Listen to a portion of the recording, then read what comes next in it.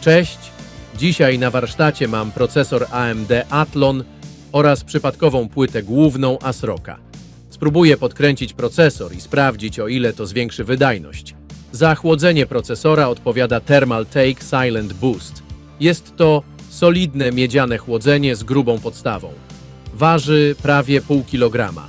Wentylator jest podwójnie łożyskowany, pobiera 140 mA przy zasilaniu z 12 V. Osiąga prędkość 3200 obrotów na minutę. Na początek uruchamiam test Cinebench na domyślnym taktowaniu procesora, czyli magistrala pracuje na 166 MHz. Uruchamiam ponownie komputer i zmieniam w BIOSie taktowanie magistrali procesora ze 166 na 176 MHz.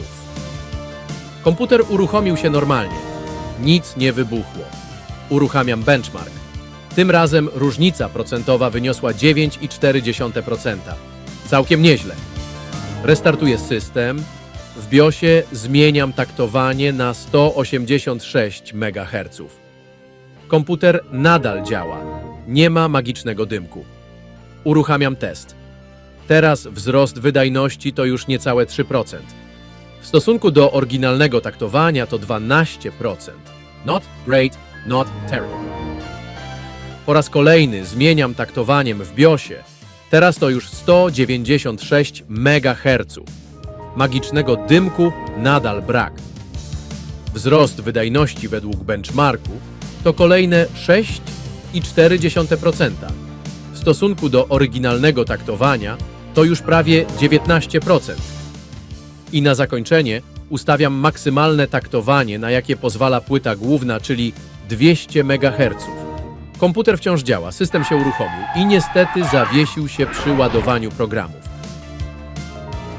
Restartuję sprzęta i ponownie próbuję. Tym razem test nie zawiesił komputera, ale wynik wyszedł słabszy niż przy niższym taktowaniu.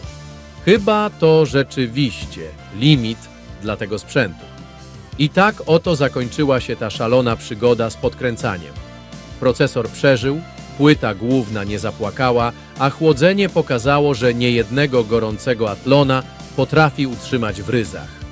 Maksymalne taktowanie 200 MHz okazało się być granicą nie do końca stabilną, trochę jak espresso o północy. Niby działa, ale człowiek się dziwnie czuje.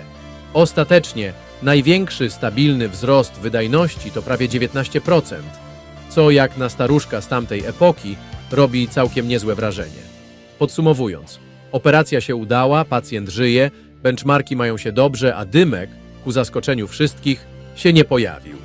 Czy będę dalej kręcić? Pewnie tak, bo przecież jak coś działa, to trzeba to podkręcić, aż przestanie. Dzięki za oglądanie. Cześć!